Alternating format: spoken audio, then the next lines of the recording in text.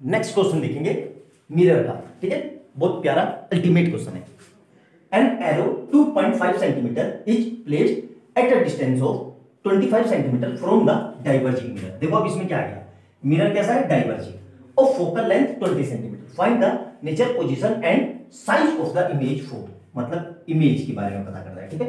तो ध्यान से देखो, हमें पता है, ठीक है, एरो 2.5 सेंटीमीटर मतलब object height, object height HEIGHT, object height कितनी है, 2.5 सेंटीमीटर, ठीक है, ठीक है।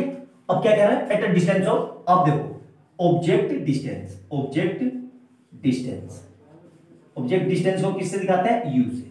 ये कितना दिया हुआ है हमें 25 सेंटीमीटर, कितना है 25 सेंटीमीटर।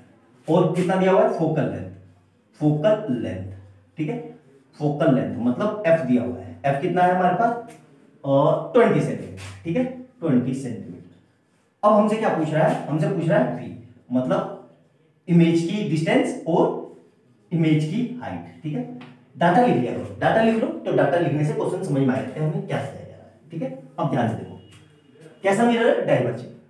अब डाइवर्जिंग मिरर है तो U तो निगेटिव होगा, U चाहे कन्वर्जिंग हो चाहे डाइवर्जिंग हो, U हमेशा मतलब ऑब्जेक्ट की डिस्टेंस हमेशा निगेटिव होती है, ठीक है। हमें फार्मूला पता है कि 1/f equal to 1/v plus 1/u। अब 1/f कितना है सर, f दिया हुआ है 20 सेंटीमीटर, और डाइवर्जिंग मिरर की लेंथ में केस में f हमेशा प्लस होता है, तो मतलब पाइलस का 1/20 सेंटीमीटर, ठीक है। और 1/v हमें निकालना है, प्लस का ब्रैकेट लगाना, 1/u कितना है हमारे पास, देखो 25 सेंटीमीटर, तो यहां लिख दिया 25 ब्रैकेट में, और यहां पे साइन लगाना है आपको, क्या साइन लगाना है, माइनस का, ये देखो। तो अब ये क्या हो जाएगा, ध्यान से देखो, तो 1/20 इक्वल टू 1/v, और प्लस माइनस माइनस 1/25। क्लियर है यहां तक। अब क्या करना है, इस पूरे को उठा के, इस पूरे को उठा के इधर ले आए, तो क्या हो जाएगा ये, ध्यान से देखो, 1/20 प्लस 1/25 इक्वल टू 1/v। अब इसको सही से लिख लेते हैं, तो 1/v equal to 1/20 plus 1/25। Clear है। अब देखो इरेज कर दो यहाँ पे, ये है ना। अब देखो यहां तक समझ में आ गया, एक बार फिर से इसको दोबारा से लिख लेंगे, ठीक है। अब क्या करना है, ध्यान से देखो, अब हमारे पास आ गया 1/v इक्वल टू 1/20 और प्लस का 1/25। अब थोड़ी गैप पे क्यों लिखा मैंने, अभी आपको बताता हूं। 20 और 25 का एलसीएम 100 होता है, तो 100 बनाने के लिए इसको 5 से मल्टीप्लाई, और इसको भी 5 से मल्टीप्लाई, और 100 बनाने के लिए इसको 4 से मल्टीप्लाई, और इसको भी 4 से मल्टीप्लाई, ठीक है। तो यहां से देखो क्या हो जाएगा हमारे पास, तो 1/v इक्वल टू 5/100 प्लस 4/100, ठीक है। तो अल्टीमेट ये कितना हो जाएगा, 5 प्लस 4/100, तो कितना आ जाएगा 1/v इक्वल टू 9/100, ठीक है। तो अल्टीमेट v कितना आ जाएगा, v आ जाएगा इसको 100 डिवाइड बाय 9, तो इसको सोल्व करेंगे तो ये आएगा 11.1 सेंटीमीटर, ठीक है। मतलब v कितना आ गया 11.1 सेंटीमीटर। क्लियर है यहां तक, मेरे ख्याल से कोई समस्या नहीं होगी। अब देखो ध्यान से, ठीक है, और v कैसा आया है, प्लस में, v हमारा कैसा आया प्लस में, और जब भी v प्लस में आएगा, v जब भी v प्लस में आएगा तो ये वर्चुअल एंड इरेक्ट बनेगा और बिहाइंड द मिरर बनेगा। यही हमसे पूछा है, फाइंड द नेचर पोजीशन, ठीक है। तो नेचर क्या होगी कि वर्चुअल एंड इरेक्ट, और पोजीशन क्या होगी बिहाइंड द मिरर। क्लियर है यहां तक, समझ में आया। नोट डाल करके जो बातें मैं बोल रहा हूं उसको लिख लेना।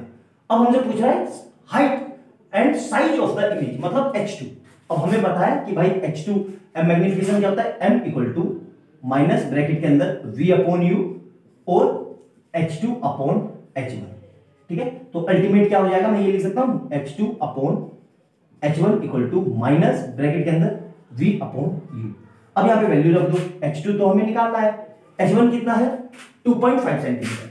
अब h2 तो हमेशा, h1 तो हमेशा प्लस होता है, चाहे कॉनकेव हो चाहे कॉन्वेक्स हो, चाहे कन्वर्जिंग हो चाहे डाइवर्जिंग हो, ऑब्जेक्ट की हाइट हमेशा प्लस में आती है। अब माइनस का साइन लगाया, ठीक है। v कितना आएगा, देखो v यहां से रख लो, 100/9 रख लेता हूं, ठीक है, ताकि कैलकुलेशन में इजी हो। 100/9 ये v है, और अपॉन में u कितना था, u है हमारा 25 सेंटीमीटर, ठीक है, 25। अब ध्यान से देखना, ध्यान से देखना, अभी मैंने साइन नहीं लगाया, क्यों, v हमारा कैसा है प्लस का, तो v तो हमें प्लस में ही रखना है, u कैसा होगा माइनस का, तो यहां पे साइन लगा लो माइनस का, तो अब माइनस माइनस कैसे हो गए प्लस हो गए, ठीक है। तो क्या आंसर आ जाएगा ये H2 upon 2.5 equal to 100 upon 9 into 25। यहां तक समझ में आया, क्लियर है, मेरे हिसाब से कोई डाउट नहीं होना चाहिए यहां तक। अब ये इरेज कर रहा हूं, ठीक है, देखो ध्यान से, ये समझ में आ गया ना अच्छे से। अब देखना ध्यान से, अब इसको सोल्व कर लेते हैं, तो कितना आ रहा है ये H2 इक्वल टू, ये इधर मल्टीप्लाई में जाएगा, ठीक है, तो कितना हो जाएगा 100 इंटू 2.5 अपॉन 9 इंटू 25, ठीक है। अब देखो इसका ये पॉइंट हटा, तो यहां पे कितना आ जाएगा 10, तो अल्टीमेट क्या हो जाएगा, इससे ये कट गया और इस जीरो से ये जीरो कट गया, तो H2 कितना आ गया मेरे पास, H2 आ गया मेरे पास 10/9। इसको सोल्व करेंगे तो कितना आएगा 1.1 सेंटीमीटर, ठीक है। मतलब H2 कैसा आया प्लस में, और H2 प्लस में आएगा तो सीधी सी बात है कहां होगी, मतलब प्रिंसिपल एक्सिस के ऊपर होगा, ठीक है। और कहां पे होगा, ये वर्चुअल एंड इरेक्ट बना था, तो सीधी सी बात है भाई बिहाइंड द मिरर ही होगा। क्लियर है, आई बात समझ में यहां तक, अच्छे से नोट डाउन कर लो, पूरा देख लो, कोई डाउट हो रहा हो तो पूछना मेरे से।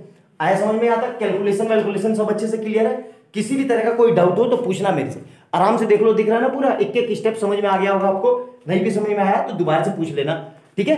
और अच्छे से लिख लिया ना। ऐसी अमेजिंग वीडियो देखने के लिए चैनल को लाइक एंड सब्सक्राइब कर लेना और बेल आइकन दबा लेना, ताकि जैसे ही मैं कोई नई वीडियो डालूं उसका नोटिफिकेशन तुरंत आपको मिल जाए। इससे पहले मैंने कॉनकेव मिरर के, कॉन्वेक्स मिरर के, है ना, और रिफ्लेक्शन के लगभग 40-50 क्वेश्चन चेक करा चुका हूं।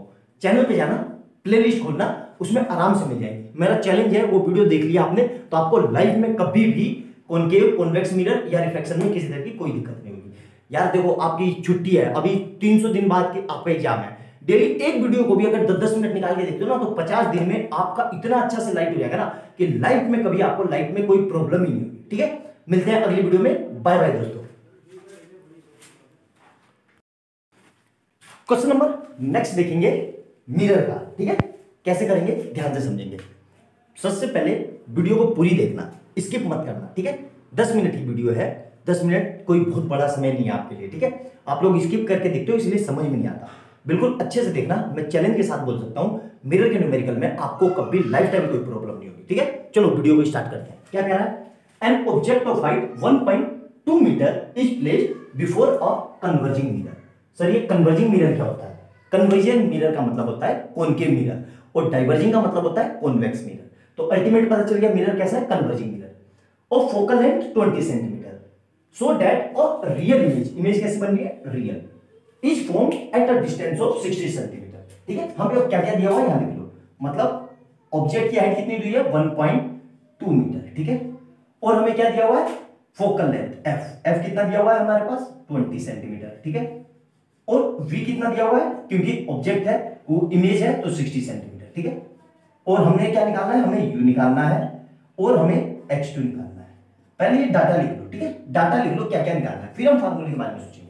अब हमें फार्मूला पता है कि 1/f equal to 1/v plus 1/u, ये फार्मूला पता है। अब कॉनकेव मिरर के केस में बिल्कुल अच्छे से हमें पता होना चाहिए कि f हमेशा माइनस होता है और v कैसा है, v रियल इमेज है, मतलब v भी माइनस में होगा, तो वैल्यू पुट कर दो, तो 1/f कितना है 20, ठीक है।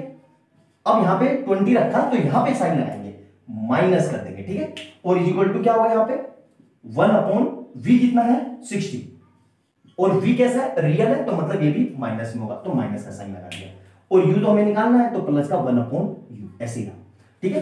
अब इसको सही से लिख लेते हैं, तो माइनस का 1/20 इक्वल टू माइनस का 1/60 प्लस का 1/u। अब इसको फिर से रीअरेंज कर लेते हैं, तो 1/u इक्वल टू माइनस का 1/20। ओह रुक जाओ, पहले इसको रीअरेंज कर लेते हैं, तो माइनस का 1/60 प्लस का 1/u इक्वल टू माइनस का 1/20। बड़ा बच्चे यहां पे भी गलती कर देते हैं। अब क्या करना है, u निकालना है, तो इसको क्या करना पड़ेगा, यहां से हटाना पड़ेगा, इसको हटा के मैं उधर ले गया, ठीक है। तो क्या हो रहा है ध्यान से देखो, 1/u इक्वल टू माइनस का 1/20, उनको माइनस का तो उधर आके प्लस का 1/60, ठीक है। तो 1/u इक्वल टू माइनस का 20। अब थोड़ा गैप करके लिख रहा हूं मैं, अभी आपको समझ में आ जाएगा क्यों गैप करके लिख रहा हूं। ठीक है, यहां तक देखो, यहां तक कोई डाउट हो तो पूछो। अब मैंने गैप करके क्यों लिखा, देखो ध्यान से। 60 और 20 का एलसीएम कितना होता है 60, तो यहां पे 60 बनाने के लिए इसको 3 से मल्टीप्लाई और ऊपर भी 3 से मल्टीप्लाई, और यहां पे कुछ नहीं करना है, 1 से मल्टीप्लाई और यहां पे 1 से मल्टीप्लाई। तो अल्टीमेट क्या हो गया मेरा, तो 1 upon u equal to minus का 3 अपॉन 60 प्लस का 1 अपॉन 60। अब दोनों को कंपाइल करके सही से लिख दो, तो कितना होगा माइनस का 3 प्लस 1 अपॉन 60, मतलब कितना आ जाएगा ये माइनस का 2 अपॉन 60। ठीक है, यहां तक क्लियर है, मेरे ख्याल से बिल्कुल क्लियर होगा, कोई डाउट नहीं होना चाहिए। अब देखो ध्यान से देखना, ठीक है कैसे हो रहा है। अब इसको पलट लेंगे, तो पलट लेंगे तो यू क्या आएगा माइनस का 60 अपॉन 2, तो अल्टीमेट यू कितना आ गया माइनस का 30 सेंटीमीटर। क्लियर है यहां तक। अब देखो ध्यान से देखना, क्योंकि हमसे क्या पूछा है, फाइंड द पोजीशन। v कितना है 60 और u कितना है 30 और f कितना है 20, मतलब हमारा f कम है और u ज्यादा है, मतलब फोकस से और आगे रखा होगा ऑब्जेक्ट को, बिल्कुल रखा होगा। अगर हम सेंटर ऑफ कर्वेचर पे रखेंगे तो आपको पता होना चाहिए u और v सेम आने चाहिए, लेकिन ये u और v यहां सेम नहीं है, तो यहां पे हमारी जो पोजीशन होगी, position of object between centre of curvature and focus, मतलब फोकस और सेंटर ऑफ कर्वेचर के बीच में होगा। आई बात समझ में, यही पूछा हुआ है हमसे। क्लियर है। अब अगली चीज क्या पूछ रहा है, what will be the height of image. अब इमेज की हाइट निकालने के लिए क्या करेंगे, सिंपल सा ये मिटा दिया हमने। देखो ध्यान से, सिंपल सा न्यूमेरिकल है, बस ये है कि इसमें डाटा इतने अच्छे हैं कि आप गलती कर देते हो। हमें पता है कि मैग्निफिकेशन क्या होता है, m equal to minus bracket के अंदर v upon u is equal to h2 upon h1। ठीक है, तो इसको बराबर रख लो, तो m को हटा दो तो माइनस, और v कितना आया था हमारा, v है 60, तो 60।